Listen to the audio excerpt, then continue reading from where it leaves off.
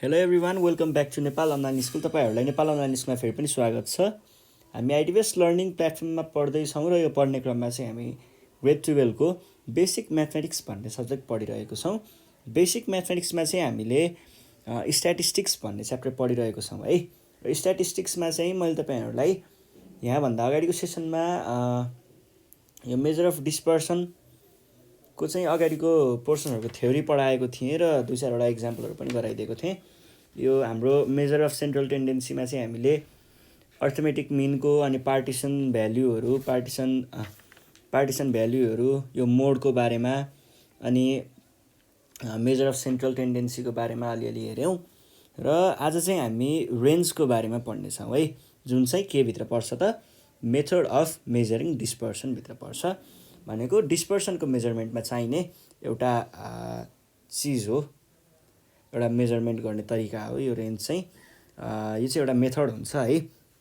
अब रेन्जको बारेमा पढौँ। आज हामीले रेन्जको एक्जाम्पल गर्छौँ, थ्योरी अलिकति बुझेर एक्जाम्पल गर्छौँ अनि त्यहाँ पछाडि बुकमा एक्सर्साइजमा सोधिएको क्वेसन पनि यहीँबाट नै सल्भ गर्नेछौँ है आजको सेसनमा चाहिँ।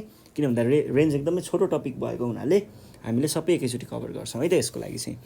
अब टपिक भनेको छ रेन्ज भनेर है।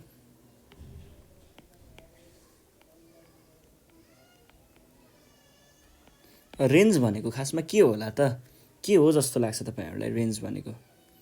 रेन्ज भनेको चाहिँ कस्तो हुन्छ भन्दाखेरि केही पनि चिजको एउटा साँध जस्तो हो क्या। अब यहाँदेखि जस्तै कसरी दिउँ एक्जाम्पल भन्दाखेरि रेन्ज होइन त। अब जस्तै एउटा यो नेपालको जस्तै यो एउटा पोखरा सिटी भयो है। पोखरा सिटीमा चाहिँ के भन्छ भन्दाखेरि तपाईँको अब यो ठ्याक्क तपाईँलाई ठाउँ त थाहा नहोला, तैपनि इक्जाम्पल दिन्छु म। हाम्रो पोखरा सिटीको है यो लेखनाथवाला फाट चाहिँ मलाई अलिकति थाहा छैन। यो विजयपुरको यो मानव एउटा कुनै पोइन्ट छ, स्टार्टिङ पोइन्ट। यो स्टार्टिङ पोइन्टबाट छिरिसके पछाडि यो पोइन्टबाट छिरिसके पछाडि हामी चाहिँ यहाँभित्रबाट यो भएको हरेक भाग चाहिँ पोखराभित्र नै पर्छ जबसम्म हामी यो छोरेपाटनबाट चाहिँ बाहिर निस्किँदैनौँ।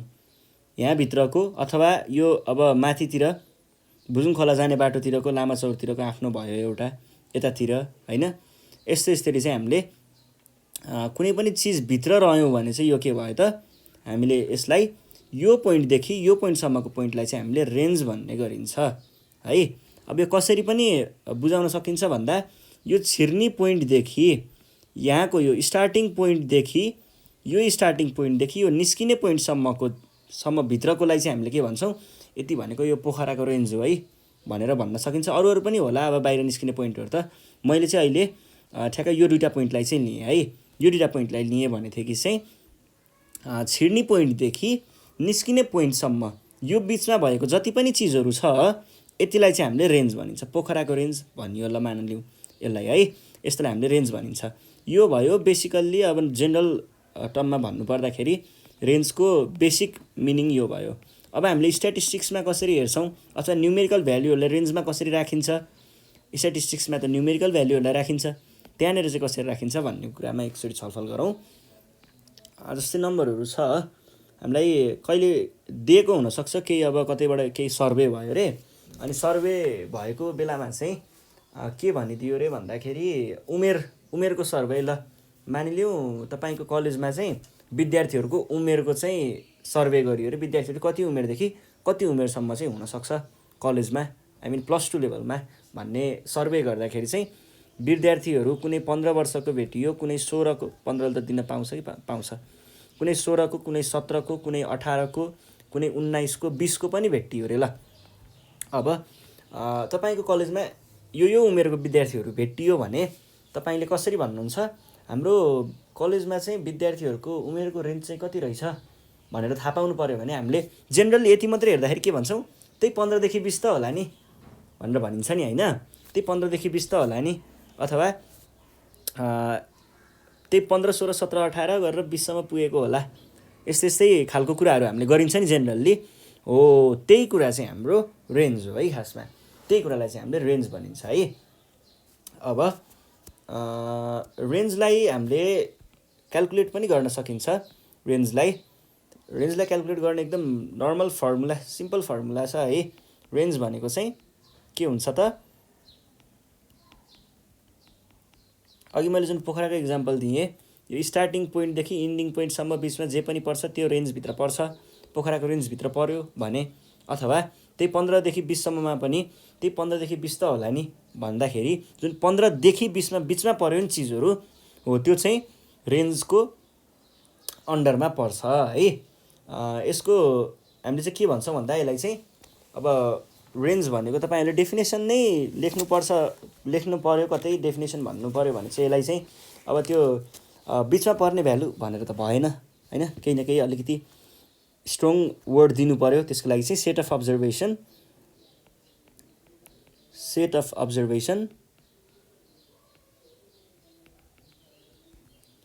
अब्जर्भेसनमा चाहिँ के त लार्जेस्ट भ्यालुदेखि स्मलेस्ट भ्यालुसम्मको चाहिँ चिजलाई हामीले के भनिन्छ, रेन्ज भनिन्छ भनेर भन्न सकिन्छ। अनि यसको सेट अफ अब्जर्भेसनमा के त लार्जेस्ट र स्मलेस्टको बिचको भ्यालुलाई हामीले रेन्ज भनिन्छ। अब रेन्ज भनेको के लेख्न पाइयो त्यसो भए, लार्जेस्ट र स्मलेस्ट बिचको भनेको छ भनेपछि लार्जेस्टमा स्मलेस्ट घटायो भने त्यसको बिचको भाग आउने भयो भनेको लार्जेस्ट माइनस स्मलेस्टलाई चाहिँ हामीले के भन्ने भन्यौँ त, एल माइनस एस, यो भनेको चाहिँ हाम्रो रेन्ज हुन्छ है। र अब हाम्रो कस्तो हुन्छ भन्दा डेटाहरू 3 प्रकारको हुन्छ, डिस्क्रिट हुन्छ एउटा इन्डिभिजुअल हुन्छ र अर्को हुन्छ कन्टिन्युअस है। यिनीहरूको बारेमा चाहिँ मैले पहिले पनि कुरा गरिसकेको हो। एउटा इन्डिभिजुअलको इक्जाम्पल दिनुपर्दा 1 2 4 8 9 13 20 16 18 भयो अरे ल। अब डिस्क्रिटको दिनुपर्दा 1 2 3 4 10 20 30 34 र ल 4 जेसुकै होस्, यो केही मतलब गर्दैन यसले। र अर्को हुन्छ कन्टिन्युअसवालामा चाहिँ जस्तै 0 देखि 10 5, 10 देखि 20 6 अनि 20 देखि 30 2 यस्तो केही डेटाहरू दिएको छ भनेदेखि यो तिनटैलाई चाहिँ हामीले रेन्ज निकाल्न सकिन्छ तिनटैको। अब यो चाहिँ हाम्रो अब्जर्भेसनको रेन्ज कति हुन्छ भनेर भन्नु पर्दाखेरि इन्डिभिजुअलमा हेर्नुहोस्, इन्डिभिजुअलमा चाहिँ तपाईँको दिएको भ्यालुहरूमा, दिएको चिजहरूमा कुन चाहिँ सबैभन्दा लार्जेस्ट छ हेर्नु त एकचोटि। सबैभन्दा लार्जेस्ट चाहिँ यहाँनिर देखिन्छ 20 लार्जेस्ट भयो एलको भ्याल्यु, र स्मलेस्ट भनेको 1 जस्तो देखिन्छ, यो चाहिँ के भयो त, स्मलेस्ट भयो। भनेपछि यसको रेन्ज कति हुने रहेछ त, 20 माइनस 1 भनेको कति, 19 पर्यो है त। 19 चाहिँ यसको रेन्ज हुने रहेछ। यसरी हामीले रेन्जको भ्यालु इन्डिभिजुअल सिरिजमा पत्ता लगाउन सक्छौँ। त्यसै गरी अर्को कुरा आउँछ डिस्क्रिटमा चाहिँ यसमा पनि त्यस्तो गाह्रो कुरा त केही पनि छैन। डिस्क्रिटको रेन्ज निकाल्नको लागि चाहिँ के गरिन्छ त, सबैभन्दा हाइएस्ट आइटमहरू एक्स यसले डिफाइन गर्छ र फ्रिक्वेन्सी यसले डिफाइन गर्छ भन्ने त बुझ्नुहुन्छ। अब एक्स भनेको त हाम्रो आइटम हो, आइटममा पनि largest item minus smallest item भनेको के हुने भयो त, largest item minus smallest item भने चाहिँ कति हुने भयो त, 4 माइनस 1 हो अभियसली, किनकि 4 यहाँ छ र 1 यहाँ छ। 4 हाम्रो हाइएस्ट हो, लार्जेस्ट हो, र 1 भनेको स्मलेस्ट हो भने पछाडि यसको 5 हुने रहेछ रेन्ज। यो कुरा बुझियो। अब हेरौँ कन्टिन्युअसमा हाम्रो आइटमहरूको रेन्ज के हुन्छ भनेर बुझ्नु पर्दाखेरि यसमा चाहिँ केही पनि छैन। त्यही फर्स्ट इन्टरभलको स्मलेस्ट भ्याल्यु भनेको चाहिँ हाम्रो सबैभन्दा स्मलेस्ट हुन्छ। यदि त्यो गिभन सिरिज चाहिँ एसेन्डिङ अर्डरमा राखिएको छ भने है, डिसेन्डिङ अर्डरमा रहेछ भने फेरि ठ्याक्क रिभर्स हुन्छ है। अनि लास्ट इन्टरभलको लास्ट क्लासको चाहिँ के त, लार्जर भ्याल्यु, यो भनेको हाम्रो लार्जेस्ट हुन्छ भने पछाडि हाम्रो कन्टिन्युअस सिरिजको लागि चाहिँ हाम्रो के हुने भयो त, रेन्ज भनेको 30 माइनस 0, यो भनेको 30 आयो र यो हाम्रो रेन्ज हुने रहेछ भनेर यसरी पत्ता लगाउन सकिन्छ है त। यो भयो जेनरल कन्सेप्ट रेन्जको, गाह्रो कुरा केही पनि छैन। अब यसको चाहिँ हामीले एक्जाम्पल हेर्नु पऱ्यो भने एक्जाम्पलको लागि चाहिँ मैले यहाँनिर एउटा एक्जाम्पल लिएको छु, तपाईँहरूको बुकमै छ। यो एक्जाम्पलको बारेमा अलिकति चर्चा गरौँ। फाइन्ड द रेन्ज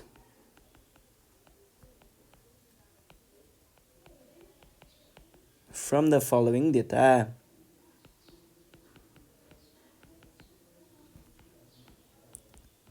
हामीलाई रेन्ज पत्ता लगाऊ भनेर चाहिँ एउटा डेटा दिएको छ,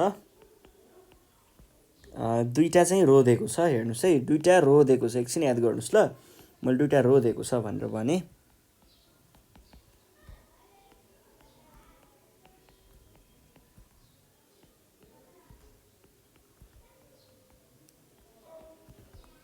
यहाँनिर टेम्परेचर भनेर भनेको छ।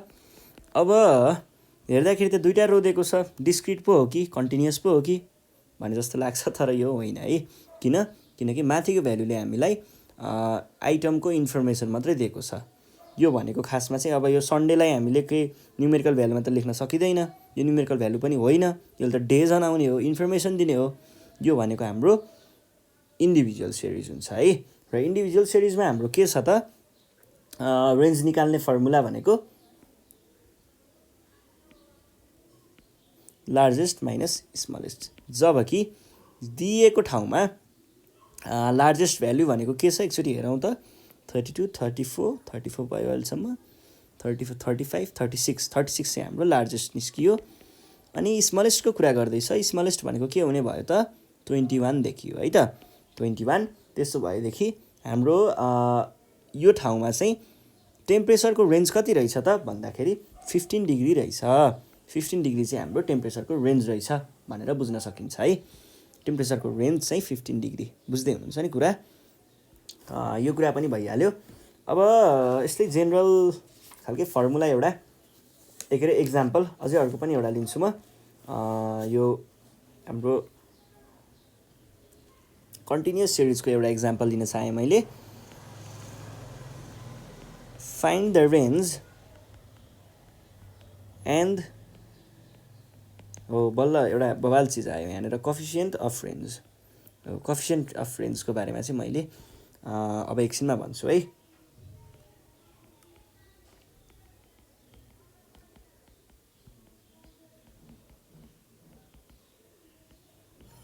अब यहाँनिर हामीलाई डेटा दिएको छ, टेम्परेचर भनेर दिएको छ अनि नम्बर अफ डेज भनेर दिएको छ।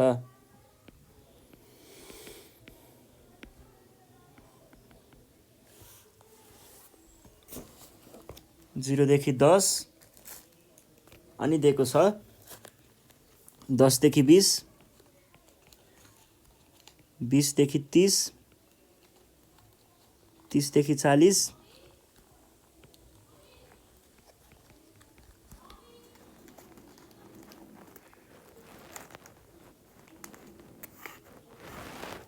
40 देखि 50। यो भयो हाम्रो के दिएको छ त, हाम्रो आइटमहरू चाहिँ यो भनेर दिएको छ। आइटम चाहिँ हाम्रो खासमा टेम्परेचर छ है, डिग्री सेल्सियस पनि लेखेको छ। अनि त्यहाँ पछाडि हाम्रो नम्बर अफ डेज भनेको फ्रिक्वेन्सी भनेर मानिन्छ हामीले। फ्रिक्वेन्सी दिएको छ 5, 12, 25, 18 र 2। यो भयो हाम्रो के त फ्रिक्वेन्सी है त। अब हामीलाई यसमा रेन्ज र कोफिसिएन्ट अफ रेन्ज भनेको छ। कोफिसिएन्ट अफ रेन्जको बारेमा एकचोटि चर्चा गरौँ।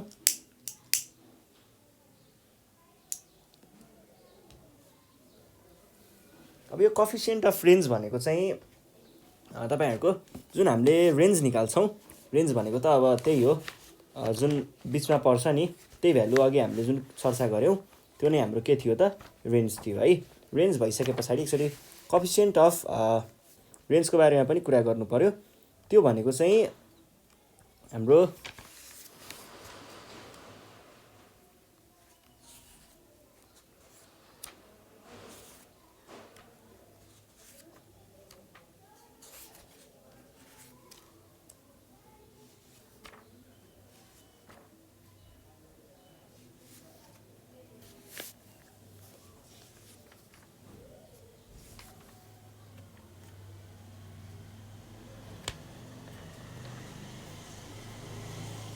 कता लेखिरहेको छ त, कोफिसिएन्ट अफ रेन्ज भनेको चाहिँ हामीले जेनरली त्यसको लागि चाहिँ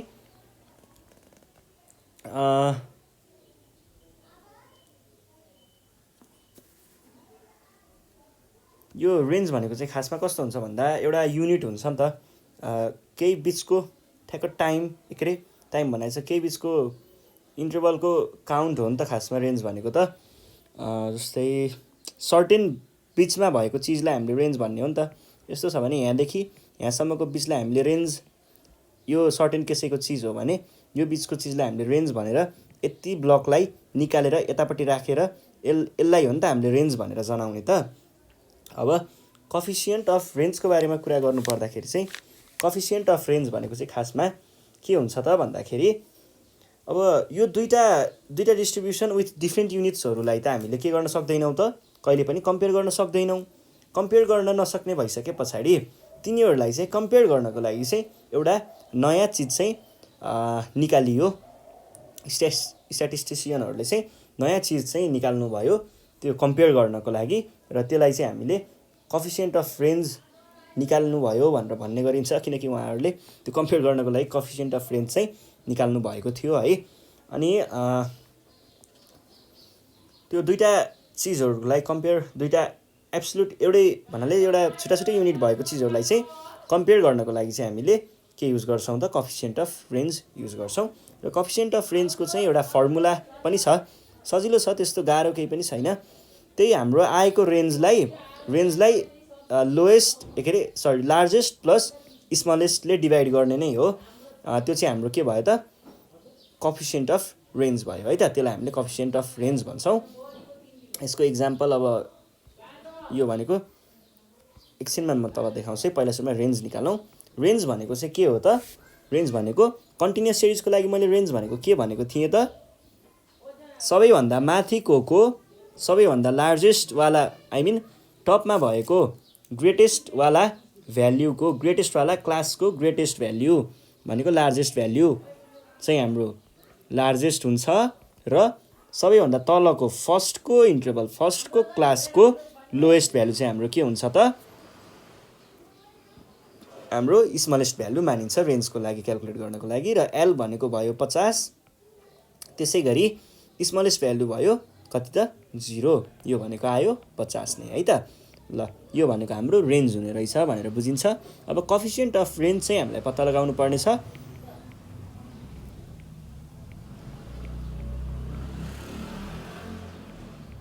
अब कफिसियन्ट अफ रेन्जको बारेमा कुरा गर्नुपर्दा यसको हामीले अघि भर्खर एउटा फर्मुला पनि लेखेका थियौँ, त्यही फर्मुला युज गर्ने, range by L plus S. यसलाई चाहिँ के पनि भनिन्छ भन्दाखेरि L minus S by L plus S पनि भनिन्छ, किनकि आरको भ्याल्यु त एल माइनस एस हो। यो भनेको के हुने भयो त, यसको भ्याल्यु हामीले भर्खर 50 सिकेको थियौँ, र तलपट्टि पनि 50 प्लस एस भनेको 0 हो, इजिकल्स टु 50/50 हुने भयो, जसको भ्याल्यु 1 नै आउँछ है त। यो भयो हाम्रो अर्को एउटा रेन्जको फर्मुला, के अरे रेन्जको एउटा इक्जाम्पल। अर्को इक्जाम्पल पनि एउटा हेरौँ होला, जस्तै कफिसियन्ट र रेन्ज निकाल्नु पर्ने खालको के भन्दाखेरि 18, 57, 15, 72, 4, 26, 76 भनेर एउटा कुनै इन्डिभिजुअल सिरिज दिएको छ हामीलाई भने यसको चाहिँ हामीलाई रेन्ज र कफिसियन्ट अफ रेन्ज पत्ता लगाऊ भन्यो भने कसरी निकाल्न सकिन्छ त, हामीले लार्जेस्ट भ्याल्यु एल भनेको के भन्न लार्जेस्ट भ्याल्यु भन्दा नि आइटम भनौँ अझै, एल भनेको के हुने भयो, यो हो र होइन, यो हो 76 चाहिँ हाम्रो लार्जेस्ट भ्याल्यु हुने भयो। र स्मलेस्ट भ्याल्युको बारेमा कुरा गर्नुपर्दा सबभन्दा कम भ्याल्यु, स्मलेस्ट आइटम भनेको सबभन्दा कम वाला आइटम, त्यो भनेको 4 छ। रेन्ज भनेको कति आउने भयो त, लार्जेस्ट माइनस स्मलेस्ट, यो भनेको 76 माइनस 4 भनेको 72 आउने रहेछ। अब कफिसियन्टको बारेमा कुरा गर्नुपर्दा कफिसियन्ट अफ रेन्ज भनेको कति हुने भयो त, एकदमै नर्मल फर्मुला छ, R by L plus S भनेर, त्यही हो। यसको भ्याल्यु भनेको कति आउँछ त, 76 माइनस 4 नै थियो, अघि हामीले निकालेको हो, निकालेको भएर मैले यसलाई मेटाएर 72 नै लेखिदिएँ, र 76 प्लस कति छ 4 छ, यो भनेको कति आयो 72/80। यसलाई क्यालकुलेटरमा हानेर हेर्नुहोस् 0.9 आउँछ होला सायद, 8 9 जा भने 0.9 नै आउँछ है त। यो भयो हाम्रो कफिसियन्ट अफ रेन्ज है त। यो थियो बेसिक कन्सेप्ट अफ रेन्ज। हामीले रेन्जको बेसिक कन्सेप्ट र तपाईँहरूलाई जस +2 लेभलमा चाहिने जति चाहिँ हामीले यहाँनिर चर्चा गरेका छौँ। योभन्दा फर्दर अलिकति बढी नै केही जान्न मन छ भने चाहिँ हामीलाई कन्ट्याक्ट गर्नु होला। हामीसँग यसको स्पेसल एडिसन पनि छ, त्यो एडिसन चाहिँ हामी तपाईँहरूलाई प्रोभाइड गर्नेछौँ है त। 9849595895 मा चाहिँ कन्ट्याक्ट गरेर भन्न सक्नुहुन्छ। र केही कुरा बुझ्नु भएन भने चाहिँ हामीलाई कन्ट्याक्ट गर्न सक्नुहुन्छ यही नम्बरमा। अनि ल योभन्दा नेक्स्ट सिरिजमा हामी यसको 1-2वटा एक्सर्साइज हेर्नेछौँ र अझै इक्जाम्पलहरू भएसम्मको त्यतिखेर नै कभर गर्नेछौँ। त्यतिखेरसम्म चाहिँ नेपाल अनलाइन स्कुल बिदा माग्न चाहन्छ। Wait for the next session. अनि त्यतिखेरसम्मको लागि बिदा भन्न चाहन्छु। साथीहरूलाई भिडियो सेयर गर्दै गर्नु होला र सब्सक्राइब गर्न नबिर्सिनु होला है त। धन्यवाद।